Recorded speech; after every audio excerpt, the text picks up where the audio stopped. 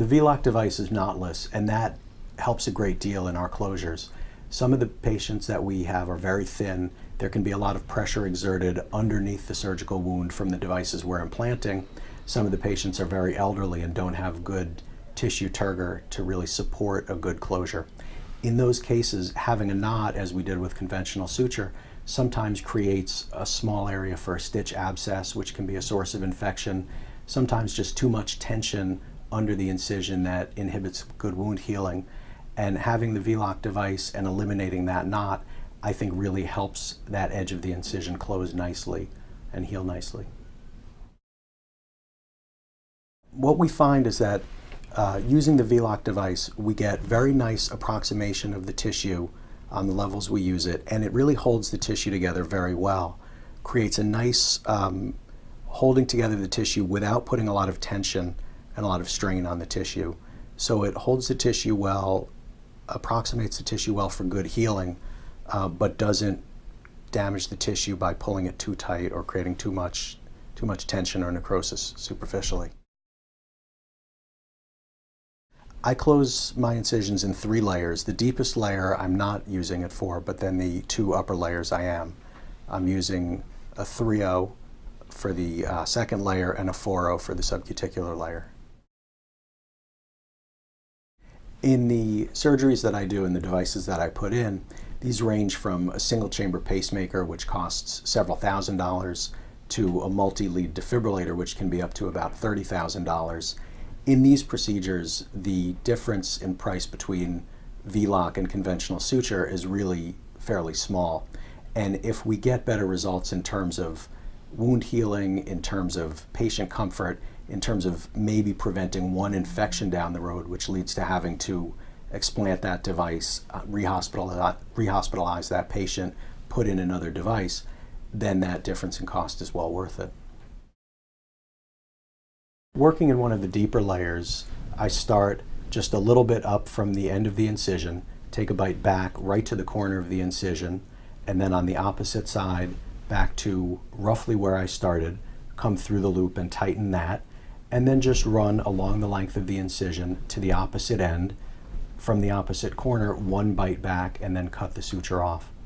At the subcuticular layer, starting the same way, from the subcuticular edge close to the incision back to the corner, back out to meet my first bite and through the loop, then run back along the subcuticular layer.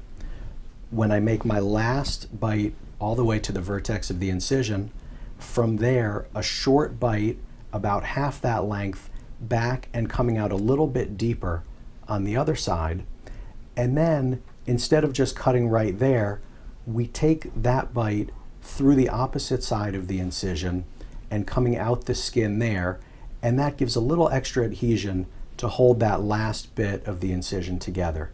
We don't pull that too tight because we don't want to pull the incision underneath itself, but just enough to be secure, and then cut at the skin there. I'm using V-Lock for pacemaker implants, defibrillator implants, and generator replacements for both pacemakers and defibrillators. I use it for all of my device implants and replacements. I really don't see any reason not to use it. I think it gets better results for every device closure. It really only took about 5 cases for me to feel fairly comfortable using the V-Lock device. You use it fairly similar to conventional suture. There are some differences in how you start each layer, getting back to the corner and using the loop to anchor the start of each layer. Along the course of running a layer, you have to be fairly careful to evenly match the length of each bite of suture on each side, because the barbs do limit how much you can play around afterward with evening out the bites that you've taken. That takes really a short time to get used to, and as I said, only about 5 cases or so.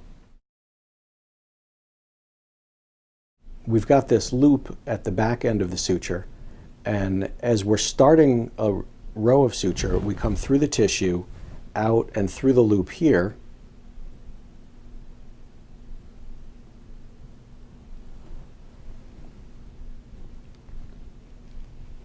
and now we've secured our initial suture without having to make a knot there. There's a little less bulk there, and that helps it to close a little more tightly.